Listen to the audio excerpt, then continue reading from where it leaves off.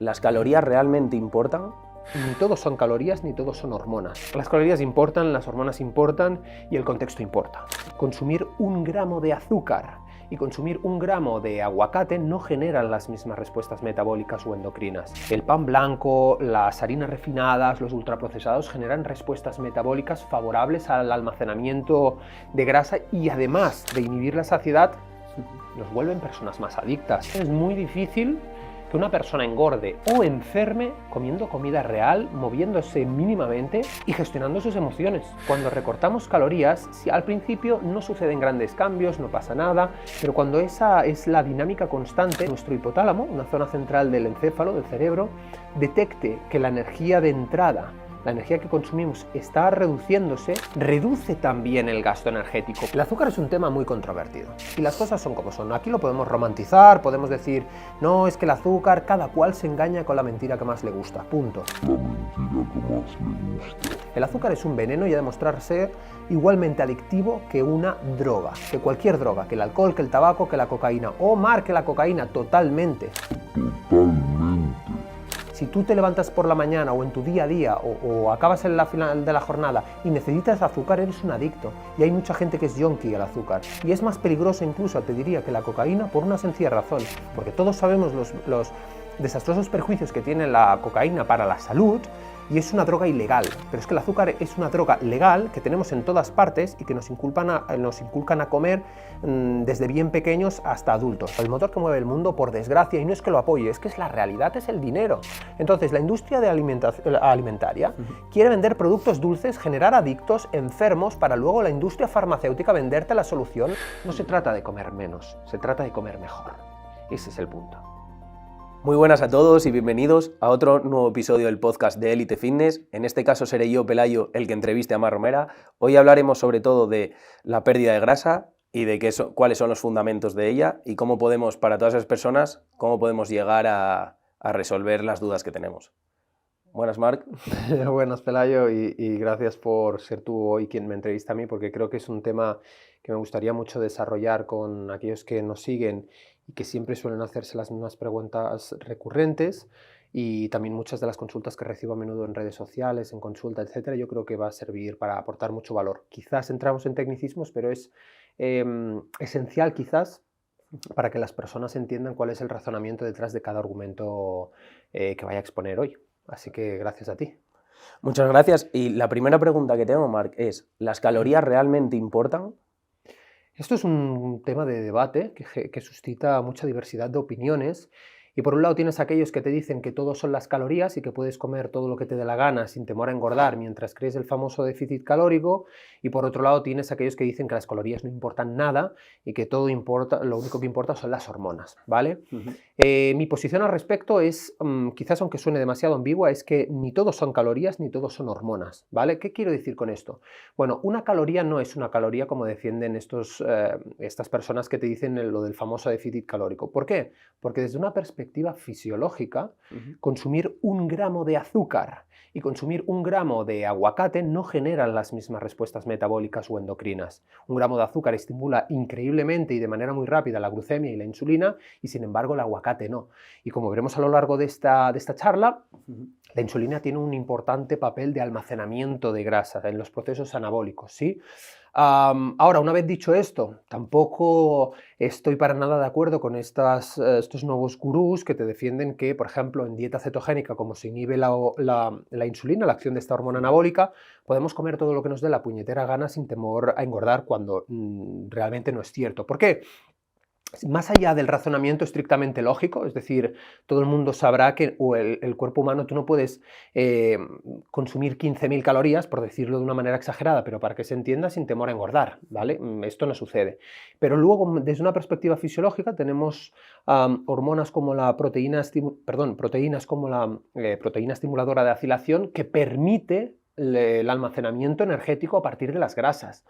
Entonces, si tú estás haciendo dieta cetogénica para perder peso y abusas muchísimo de las grasas con los famosos postres keto, y te metes la típica pizza keto, que luego acabas comiendo un montón de calorías con esos frutos secos, la mozzarella, en fin, con todo esto que vemos en las redes sociales, al final, la grasa que vas a estar utilizando como energía es la grasa de la dieta, no la grasa endógena, que es la que quieres perder, ¿vale? Entonces, para sintetizar, ¿las calorías importan? Sí importan. ¿Las hormonas importan? También. ¿Por qué? Porque incluso se ha visto en numerosos casos que la misma persona, la misma dieta, en un contexto hormonal diferente en cada momento, produce resultados diferentes. ¿Sabéis aquello de que cuando viene una persona a consulta y me dice, es que yo hice ayuno y dieta cetogénica y lo hice todo y el ejercicio en este determinado momento de mi vida y me funcionó súper bien, me sirvió para perder 8 kilos, pero en este otro, en el que me encuentro ahora, no me funciona. ¿Por qué? Bueno, porque el contexto ha cambiado y las hormonas importan.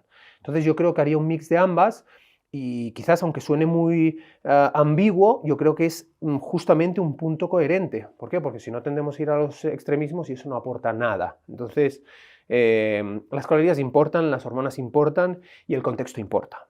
Para que le quede claro a todo el mundo, o sea, al final debemos saber muy bien de la proveniencia, de dónde procede cada alimento, entiendo, ¿no? No es lo mismo comer aguacate que comerte pan blanco, Bimbo. Totalmente, es que es lo que te digo.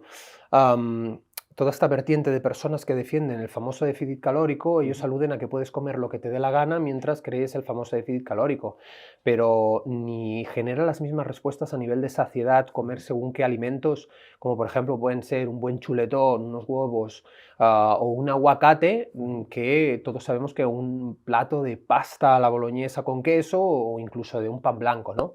Entonces, el aspecto de la saciedad es muy importante. Y luego, a nivel endocrino, insisto, el pan blanco, las harinas refinadas, los ultraprocesados generan respuestas metabólicas favorables al almacenamiento de grasa y además de inhibir la saciedad, nos vuelven personas más adictas, porque están hechos para ser más palatables, más agradables al paladar y generar esas respuestas, ¿no? Entonces, el origen de las calorías importa muchísimo. Por lo tanto, a mí me gusta más centrarme en alimentos. Es muy difícil, fíjate, dejando a un lado lo de las calorías, es muy difícil que una persona engorde o enferme comiendo comida real, moviéndose mínimamente, es decir, haciendo ejercicio 3-4 veces, que creo que es algo absolutamente imprescindible casi para cualquiera, y gestionando sus emociones. Es decir, entonces dejémonos de que si dieta carnívora, dieta keto, dieta vegana. Lo primero es retira de tu alimentación los ultraprocesados y el azúcar, come comida real y de base mejorarás.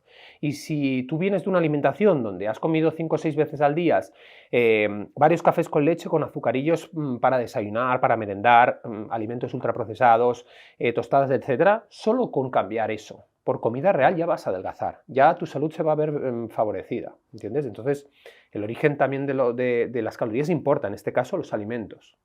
¿Y qué problemas crees que tienen este tipo de dietas hipocalóricas?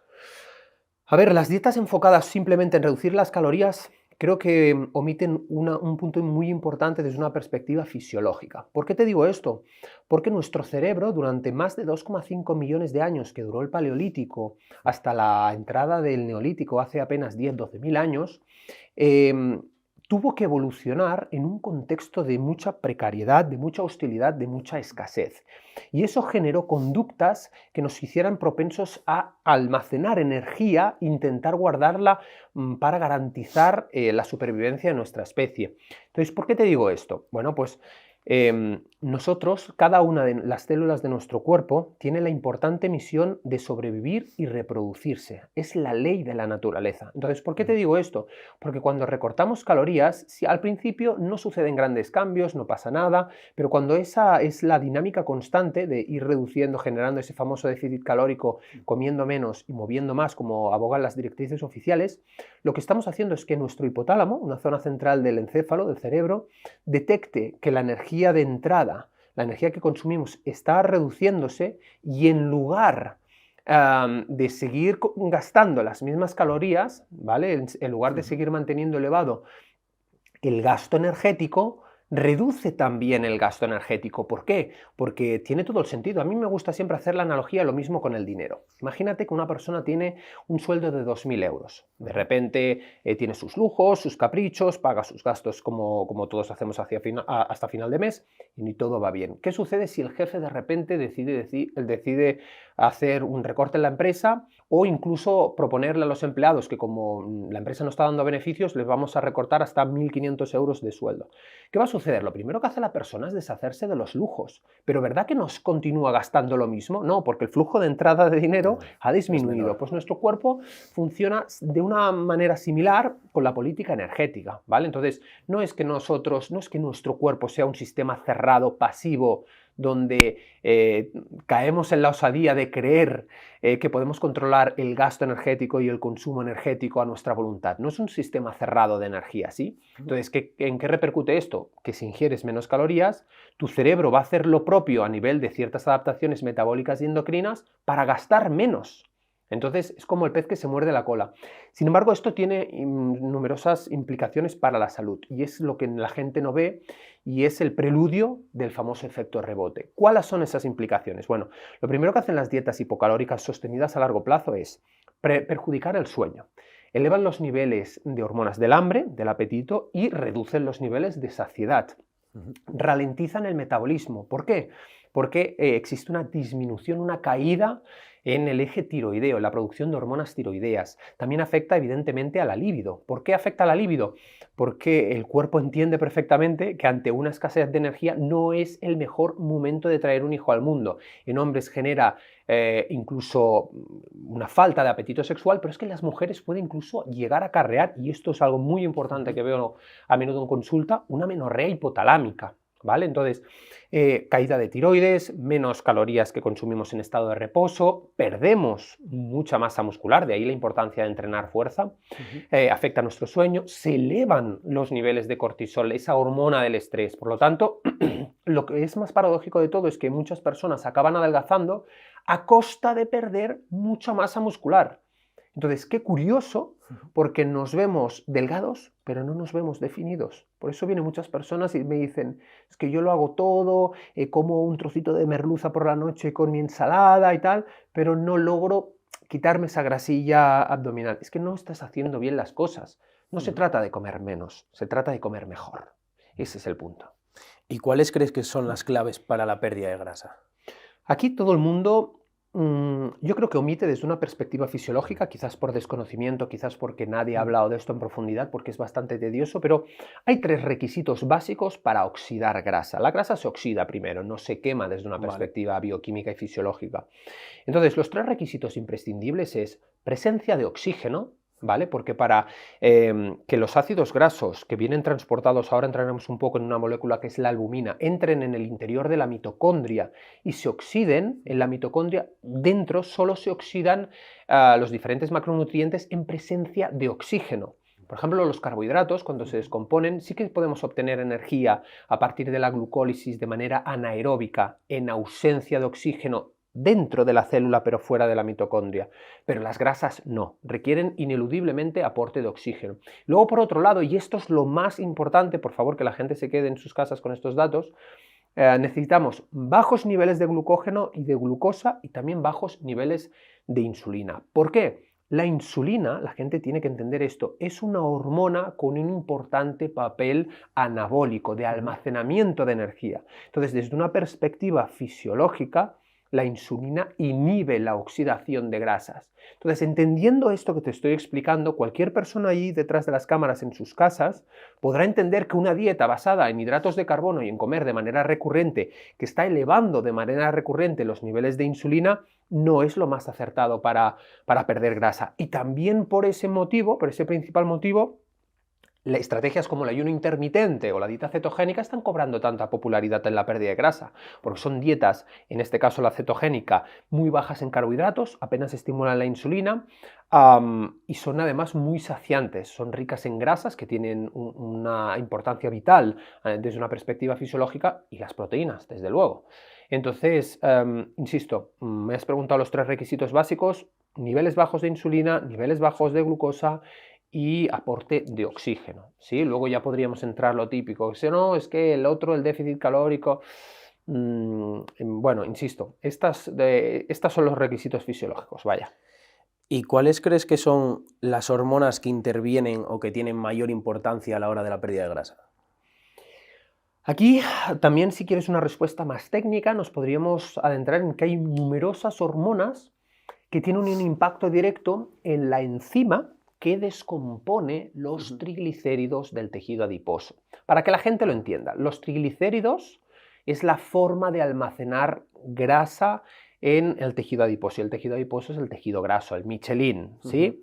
Entonces, la enzima que descompone esos triglicéridos, porque una molécula de triglicéridos son 3 ácidos grasos por un lado y una molécula de glicerol por el otro que están unidos. Entonces, la enzima que descompone y separa el glicerol por un lado y los ácidos grasos por el otro es la lipasa sensible a hormonas, o de sus siglas en inglés LSH.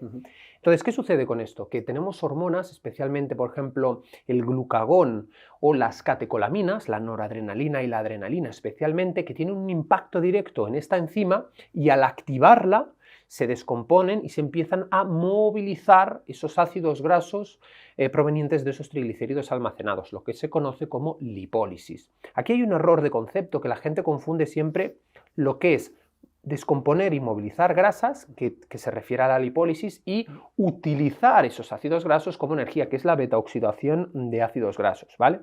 Entonces, sintetizando, tenemos el glucagón y las catecolaminas, que tienen un impacto en esta enzima, pero también tenemos otras hormonas que también indirectamente ejercen, tienen un significado, perdón, una acción pronunciada en esta enzima, que es la hormona de crecimiento, que también es bastante lipolítica, la testosterona, que además de hacernos ganar masa muscular también es lipolítica, u otras hormonas como las hormonas tiroideas, que sabemos que aceleran la velocidad de las reacciones a nivel celular. Así que te diría, pero en conjunto, las dos hormonas más importantes, quizás te diría glucagón y catecolaminas.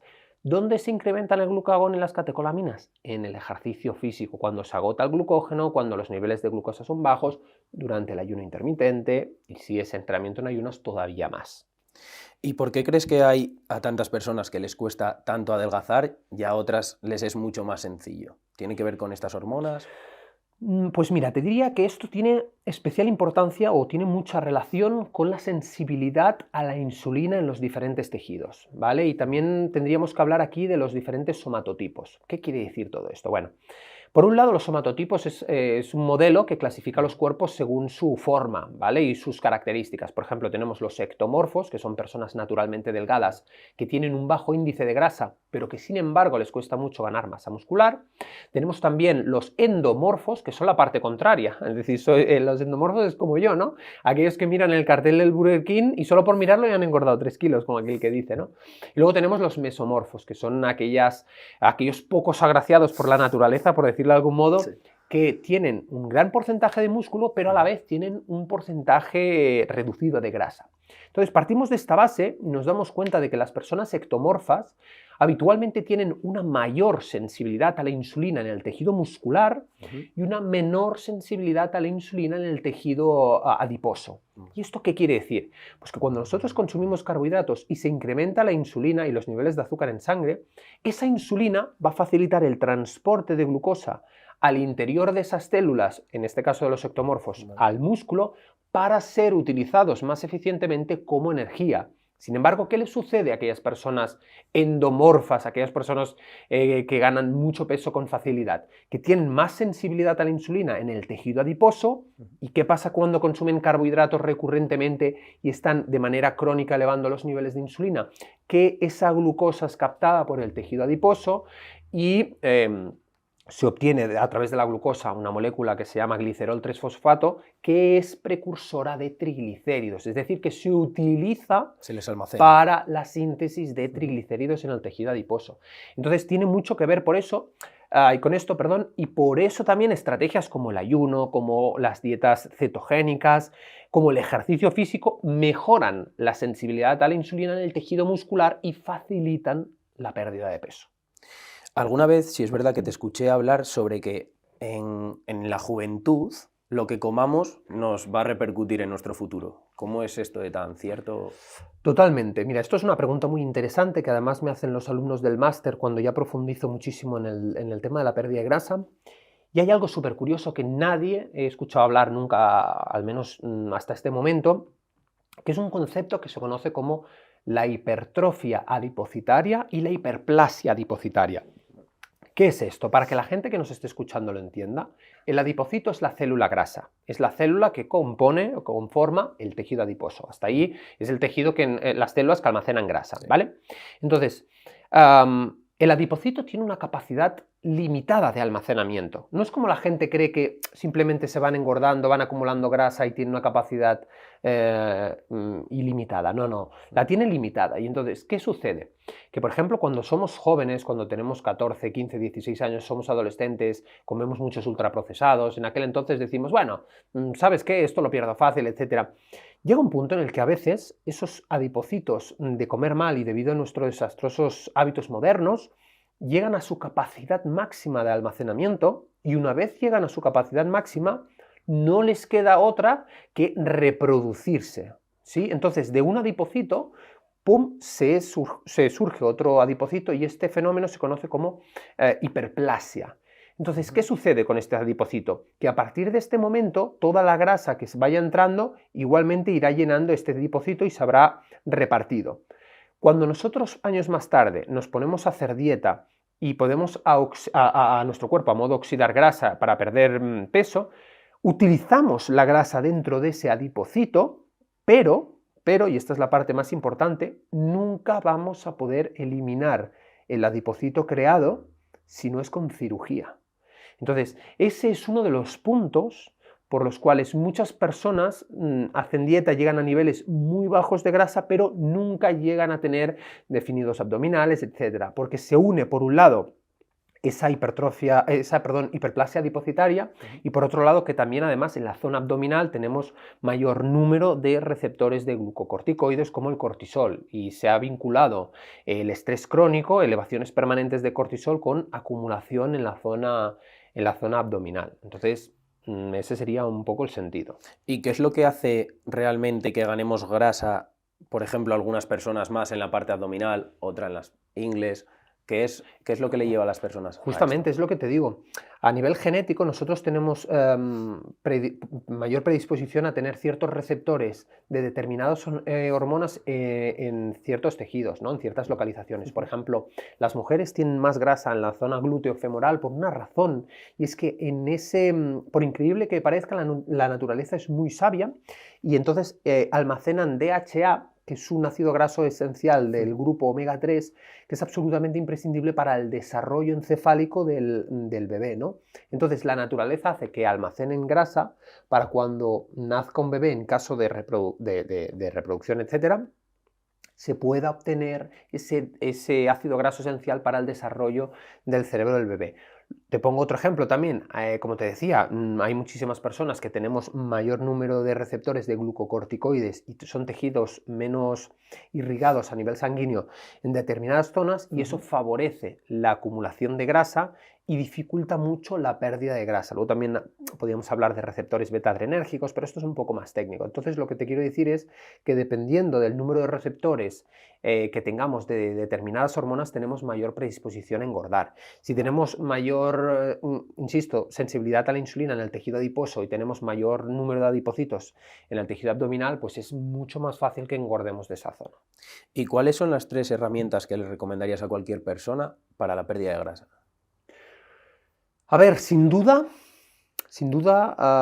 una de las claves para lograr no solo, por ejemplo, perder peso o perder grasa, sino mejorar también la composición corporal, el estado físico, la salud de las personas es trabajar la flexibilidad metabólica. Y para ello hay 3 herramientas que me encantan.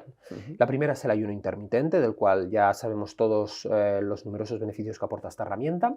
La segunda es la dieta cetogénica. ¿Pero por qué la dieta cetogénica? Porque, insisto, es una dieta que promueve la saciedad a la vez que mantiene reducidos los niveles de insulina. Por tanto, facilita la oxidación de grasas a través de, como te decía antes, la elevación del glucagón y las catecolaminas.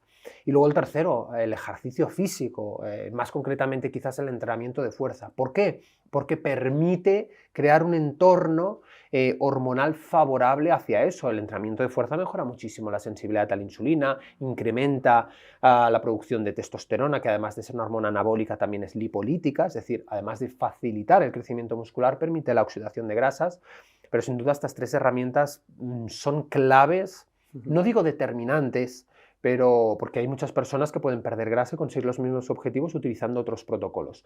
Pero para la gran mayoría, especialmente para esas personas endomorfas que hemos hablado, Sí.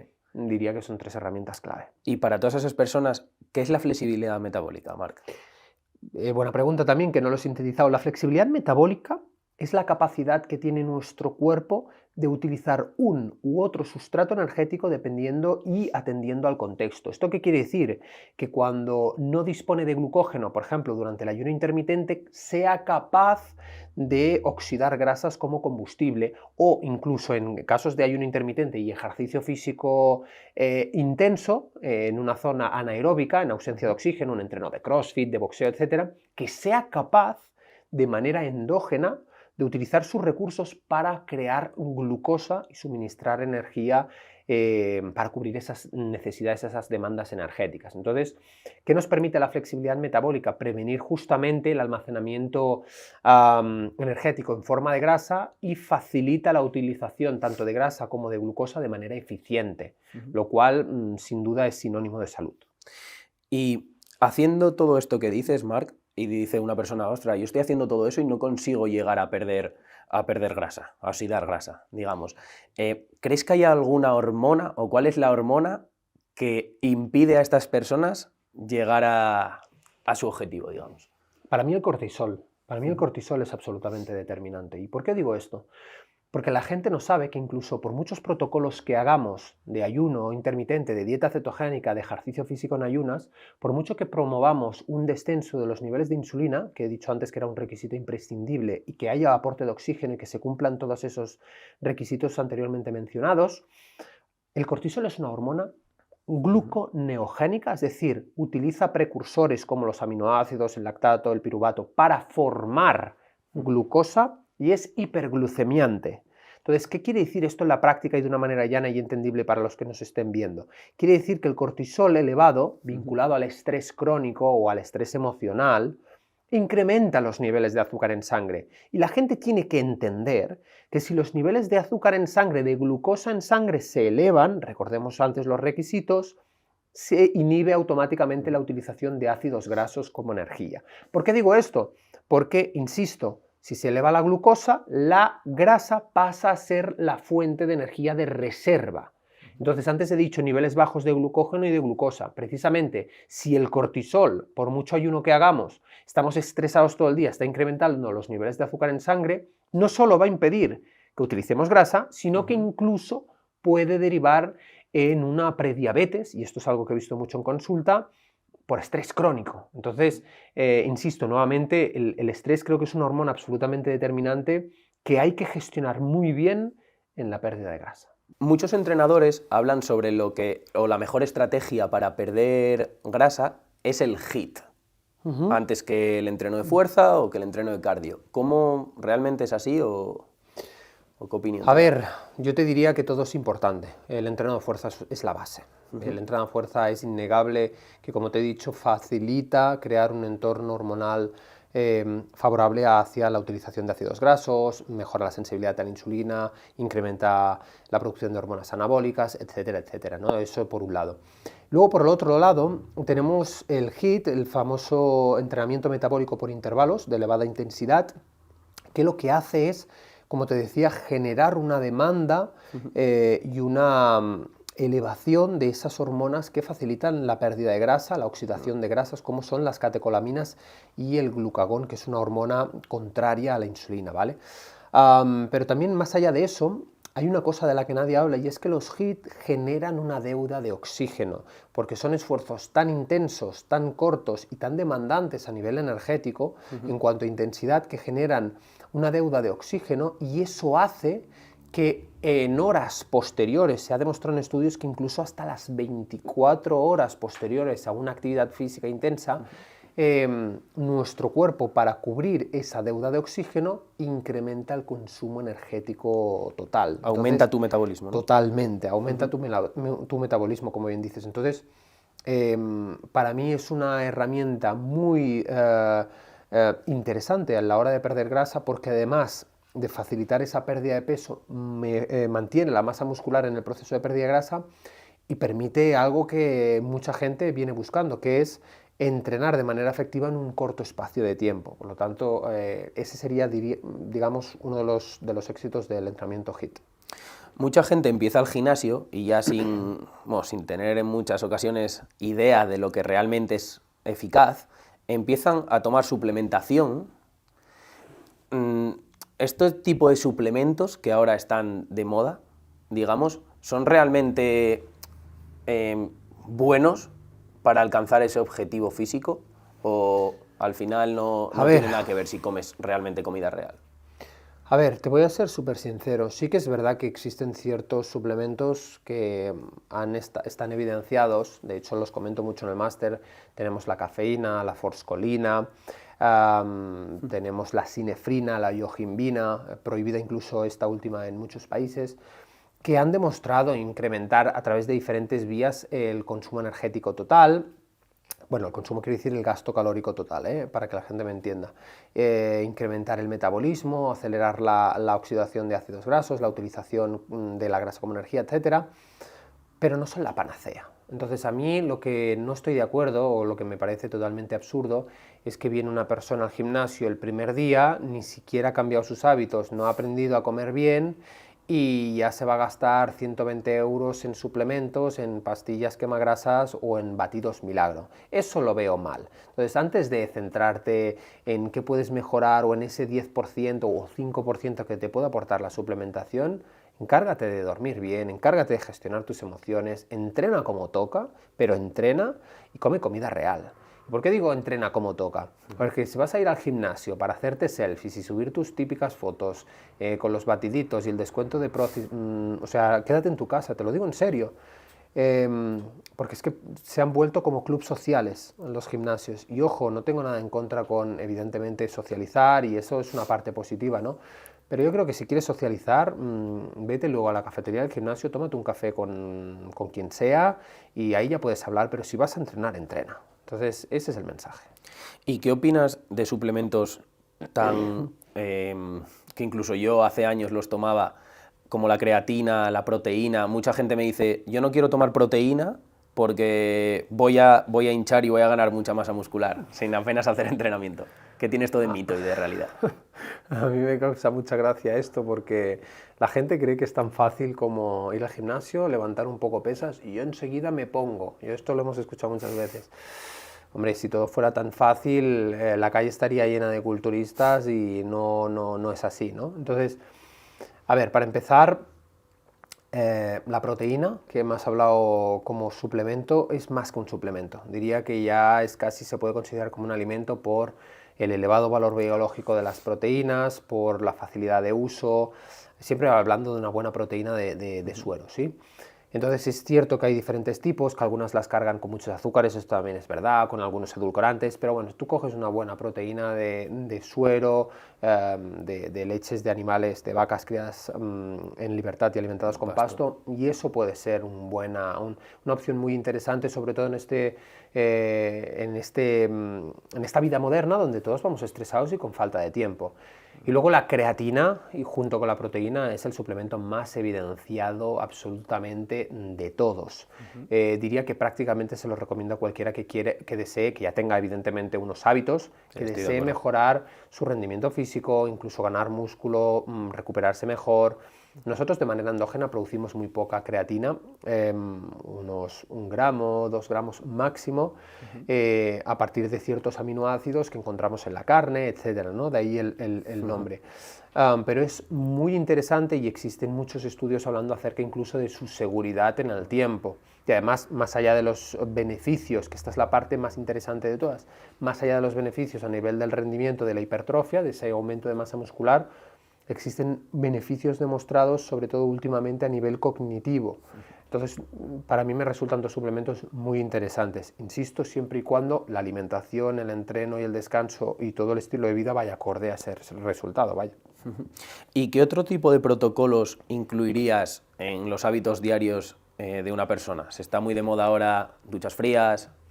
Pues justamente ahora que comentas las duchas de agua fría, es un protocolo muy interesante, es un hábito que a veces implementado durante 30-40 segundos Puede aportar muchos beneficios. Las duchas de agua fría incrementan el sistema nervioso simpático, incrementan la capacidad de concentración, incrementan los niveles de energía, mejoran el estado de ánimo y previenen la depresión por ese incremento de los niveles de dopamina, incrementan y aceleran el metabolismo, por lo tanto ayudan en ese proceso de oxidación de grasa, reducen notoriamente los niveles de inflamación, potencian el sistema inmunológico y tienen muchísimos beneficios. Están cobrando mucho auge las duchas de agua fría y los baños de hielo en las redes sociales, pero es que está realmente evidenciado y es uno de los hábitos que siempre intento inculcar a mis asesorados, que luego es más difícil hacerlo y que evidentemente es invierno y la gente no le gusta sufrir.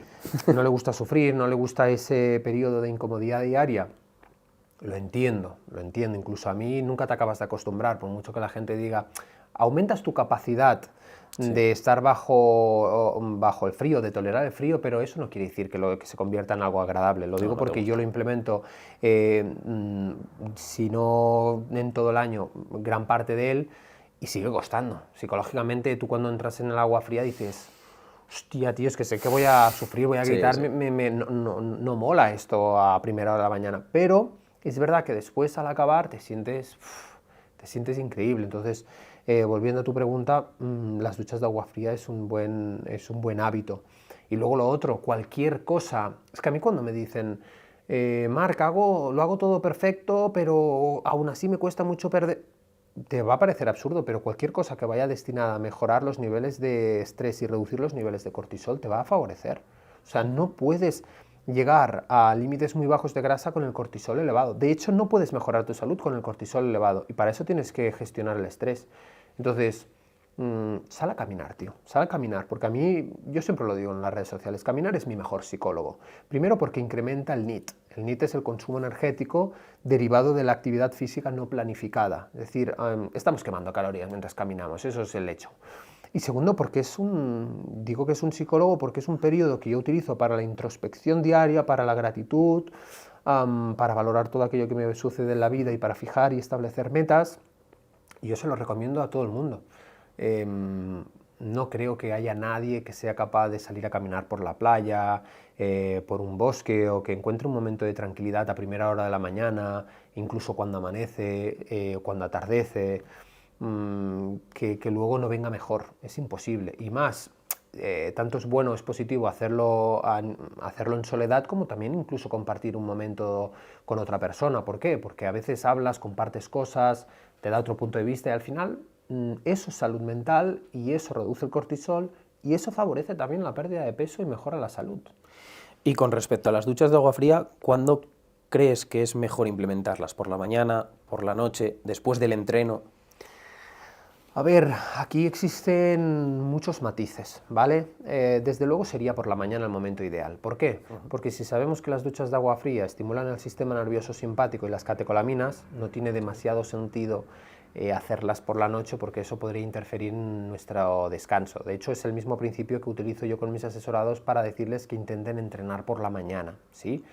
Evolutivamente estamos más diseñados a entrenar en horas de sol. Ahora, si me preguntas si es recomendable después de entrenar, que es cuando realmente nos vamos a duchar, yo te diría que en muchos asesorados sí que se lo propongo porque no tienen otro momento, evidentemente, pero no es lo mejor. No es lo mejor en cuanto a hipertrofia. Si estás en ganancia muscular. Claro, en cuanto a recuperación deportiva, sí. En cuanto a hipertrofia, no. Se ha visto que interfiere, sobre todo los baños de hielo, interfieren en el proceso ese natural que se produce de inflamación y de posteriormente supercompensación, y no es lo más recomendable. Ahora, insisto, nuevamente lo importante es el contexto, ¿quiero recuperarme mejor o quiero ganar masa muscular? Pero bueno, de todas lo mejor es hacerlo, en cualquier caso. Y un tema del que me gusta mucho hablar y que alguna vez compartimos es sobre el azúcar. El azúcar es un tema muy controvertido. El azúcar es aquello de que cuelgas un reel, sale en las redes sociales y ya tienes la gente afilando los cuchillos para hacerte hate. Y las cosas son como son. Aquí lo podemos romantizar, podemos decir, no, es que el azúcar, cada cual se engaña con la mentira que más le gusta, punto. El azúcar es un veneno y ha demostrado ser igualmente adictivo que una droga, que cualquier droga, que el alcohol, que el tabaco, que la cocaína, o más que la cocaína, totalmente.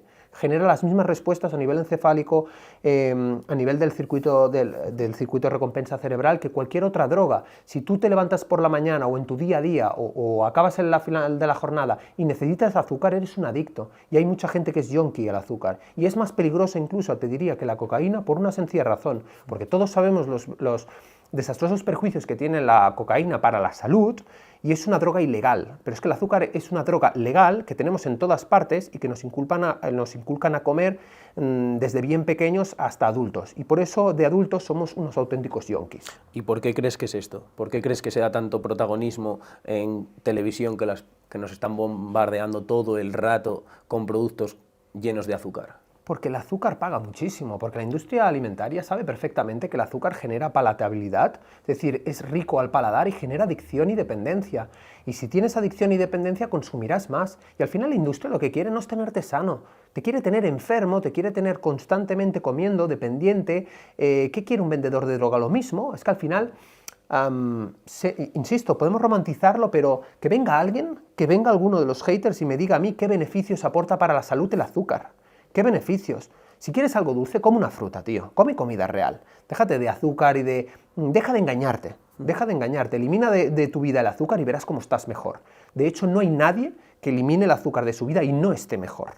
Entonces, la pregunta que nos tenemos que hacer es, joder, qué paradójico resulta que nos planteemos si darle aguacates o huevos revueltos a nuestros hijos para desayunar es saludable y que los carguemos de cereales azucarados envueltos en una caja de plástico dentro de otra de cartón. Eso sí es paradójico. O que nos preocupemos de si un niño está tomando, no lo sé, agua con gas y luego le demos Coca-Cola todos los días. Y esto me ha pasado. O que le demos galletas todos los días. Primero empieza por lo básico y, insisto, si quieres mejorar tu salud, elimina el azúcar, los ultraprocesados y las harinas y luego me lo cuentas. Y para todos esos padres que suelen estar preocupados por la alimentación de sus hijos y desayunan pan blanco con mermeladas cargadas de azúcar, mantequillas cargadas de azúcar, cereales, ¿qué consejo le darías, Marc? Porque hay mucha gente que no sabe ni tiene el conocimiento que justamente, lo primero que tienes que hacer, yo se lo digo a todo el mundo, que tengas un desconocimiento no quiere decir que seas un irresponsable. ¿Y por qué te digo esto, tío? Responsabilízate de tu salud. Ya hace mucho tiempo que todos sabemos que no nos quieren, el gobierno no nos quiere sanos, no... Lo siento mucho, pero no, insisto, el motor que mueve el mundo, por desgracia, y no es que lo apoye, es que es la realidad, es el dinero. Entonces, la industria alimentaria quiere vender productos dulces, generar adictos, enfermos, para luego la industria farmacéutica venderte la solución, los médicos despreocuparse de la salud haciendo 4 recetitas, te vas para tu casa, te tomas la pastillita del azúcar, la de la hipertensión, la del colesterol, la de los triglicéridos y no sé qué cuántas cosas más, y me desentiendo, ya está, y al final todo el mundo se exime de la responsabilidad que tiene su salud. Y coño, si quieres ayudar a tus hijos, primero infórmate de lo que es realmente sano, ¿vale? Ya no puedes decir, me voy a coger esto, el Danacol, porque lo he visto en Telecinco, eso ya no funciona. Primero aprende qué es lo que necesitas tú y en base a eso tus hijos necesitan lo mismo. Es lo mismo que tú en otras, quizás con mayores demandas energéticas, está muy bien, todo ok. Pero si yo desayuno unos huevos revueltos con jamón, ¿por qué no lo va a desayunar mi hijo? Si yo desayuno una fruta o a media mañana tengo hambre y desayuno una fruta, un puñado de frutos secos, ¿por qué no lo va a hacer el niño? Deja de darle galletas, dale comida real, tío. Entonces siempre hay opciones. Y si le vas a dar pan, en lugar de un pan de mierda, hablando mal y pronto, de molde, dale un pan de masa madre, integral, bueno, de esos de panadería de toda la vida. Dale un pan bueno. Además, hilándolo con lo que hablabas antes, esto a futuro les va a afectar en su composición corporal a todos los niños. Bueno, es que al final es la consecuencia. Si comes azúcar, no controlas tus hábitos, te vuelves enfermo y te vuelves una persona con sobrepeso. Con respecto a esto, ¿eres un fiel defensor de la dieta cetogénica como estilo de vida? No soy defensor de nada, de ningún extremismo. La dieta cetogénica y el ayuno intermitente, lo he dicho antes, son estrategias increíblemente beneficiosas para mejorar la salud y la composición corporal, efectivamente lo son, pero tienen que ser utilizados como eso, como herramientas y bien contextualizadas. Una persona que tiene estrés crónico, por mucho que yo defienda el ayuno intermitente, por mucho que a mí me guste y lo implemente, no le recomiendo el ayuno intermitente. ¿Por qué? Porque pronuncia más la elevación del cortisol y le va a perjudicar más, le va a generar más ansiedad. Una persona con un TCA no tiene que hacer ayuno intermitente. Un niño en edad de crecimiento no tiene que hacer ayuno intermitente. Un tío que se prepara para unas oposiciones o un triatleta que hace 3 entrenos al día no tiene que hacer ayuno intermitente o hacerlo muy puntualmente bajo la supervisión profesional. Entonces, son herramientas que me encanta defender y tienen numerosos beneficios para la salud, de eso no hay duda. Ahora, no soy partidario de cronificar algo. Hay muchas personas que ahora solo mantienen un estilo de vida cetogénico, pero ojo, porque como digo yo, que se revisen la salud suprarrenal y lo hagan bastante a menudo, porque eso tiene implicaciones en ese sentido, ¿no? ¿Por qué? Porque nuestras hormonas, las dos hormonas principales que regulan la glucemia son el glucagón y la insulina. Si estas hormonas están inhibidas porque no comes carbohidratos, ¿quién se va a llevar la parte hiperglucemiante? El cortisol. ¿Y dónde se produce el cortisol? En las glándulas suprarrenales. Hazte una analítica y mira la fase adrenal en la que te encuentres antes de abogar por extender estas herramientas a largo plazo. ¿Quiere decir que sean perjudiciales? Probablemente no, pero también tenemos muy pocos estudios con experimentos en personas que sigan un estilo de vida cetogénico a largo plazo. Y luego saldrá alguno ahí en las redes sociales y me dirá, tenemos los inuit, ya, pero los inuit viven allí arriba y son esquimales, ¿me explico? No viven en esta zona. Y evolutivamente hablando también tenemos los Hadza, que son tribus que mantienen una alimentación basada en un 70% carbohidrato y tampoco enferman. Así que ya no me vale ese cuento. Entonces, contexto de coherencia y sentido común que falta mucho en las redes sociales. Vale. Y algo que veo siempre, Marc, es a personas que tienen niveles de cortisol altos, al final realizar una dieta cetogénica les puede llevar a un mayor nivel de estrés. Si es verdad que incluir los carbohidratos en la noche puede ayudar a estas personas con niveles de cortisol altos a descansar mejor. Totalmente y por dos razones fisiológicas que te voy a explicar a continuación. La primera es que, como te he dicho, el cortisol incrementa los niveles de azúcar en sangre, la insulina los reduce. La insulina permite la captación tanto de aminoácidos por parte del tejido muscular, es decir, importa en la síntesis proteica muscular, como en la captación de glucosa, que es lo que todo el mundo conoce, en las células, ¿vale? Entonces, ¿qué sucede? Que en el cuerpo humano no se pueden dar dos procesos radicalmente contrarios al mismo tiempo. O se elevan los niveles de azúcar en sangre o descienden. Si tú comes carbohidratos, se elevan los niveles de insulina, ¿qué va a hacer el cuerpo? Va a dejar de producir cortisol porque lo que necesita no es incrementar los niveles de azúcar, es reducirlos. Por eso, consumir carbohidratos y esa pequeña elevación de insulina o pronunciada, dependiendo de la carga glucémica, el índice glucémico del carbohidrato escogido, reduce los niveles de cortisol. Pues que luego además esa insulina permite la conversión de un aminoácido, que es el triptófano, en serotonina, que es un neurotransmisor vinculado con la tranquilidad, y esa serotonina posteriormente en melatonina, lo cual facilita el descanso nocturno. Por eso tiene sentido en estas personas introducir una pequeña cantidad de hidratos de carbono. Y es verdad que si, por ejemplo, estas personas que tienen como estilo de vida la dieta cetogénica la implementan durante varios años, ¿puedes llegar incluso a crear una intolerancia a ese carbohidrato? Aquí va a llover mucho hate de las redes sociales porque son preguntas que la gente no quiere asumir o porque hay muchísima diversidad de opiniones. Es verdad que al final cuando no le das, esto también lo comparte mucho mi amigo Dani Ciscar, cuando tú no aportas los 3 tipos de macronutrientes y los restringes mucho, luego enseguida tu cuerpo no sabe gestionar ese carbohidrato correctamente y tienes montañas rusas de hiper e hipoglucemias. De hecho, me he encontrado muchos casos en consultas de personas en rangos de fructosamina y hemoglobina glicosilada en una analítica en rangos de prediabetes. Y dices, ¿cómo puede ser que alguien que no coma carbohidratos y haga ayuno intermitente tenga rangos tan elevados de azúcar en sangre? Bueno, pues probablemente debido al cortisol y debido a una mala gestión glucémica que se está llevando la gran parte las glándulas suprarrenales. Entonces es importante tener esto en cuenta porque si no la gente escucha a muchos divulgadores, va cogiendo lo mejor de uno, lo mejor del otro o lo que le parece, lo hace de la manera que le parece y luego se acaba jodiendo la salud. Bueno, Marc, pues muchísimas gracias por estar hoy aquí en tu podcast. Y nada, si les quieres decir algo al público y a las personas que nos están viendo. Nada, bueno, muchas gracias a ti por tu tiempo y por haberme entrevistado. Y a vosotros os digo que nos veremos muy pronto en el siguiente podcast. Simplemente eso, me gustaría, sobre todo, independientemente de que suene muy ambiguo, abogar por la coherencia, el sentido común, ¿sí? Sé que muchas veces buscamos ese perfeccionismo en nuestro afán por mejorar nuestra salud y cogemos distintas herramientas de diferentes divulgadores y a veces incluso bien intencionados o la información es correcta, pero como siempre digo, incluso una herramienta, por buena que sea, una dieta, por buena que sea, mal contextualizada o en determinados contextos, puede tener sus consecuencias, sus perjuicios, etc. Entonces, lo que le viene bien a uno no tiene por qué siempre venirle bien a los demás, o lo que os ha venido bien en una determinada época no tiene por qué veniros bien en otra determinada época. Así que, por favor, coherencia, sentido común, haceros de manera periódica analíticas, evaluar de manera objetiva cómo estáis a nivel de salud, a nivel hormonal, a nivel metabólico, endocrino, con alguien, por supuesto, que sepa interpretar esos valores, que también no hay gente, por desgracia, tan especializada, pero, insisto, poneros en manos de profesionales y hacer bien las cosas. Nuevamente nos vemos la semana siguiente y hasta pronto.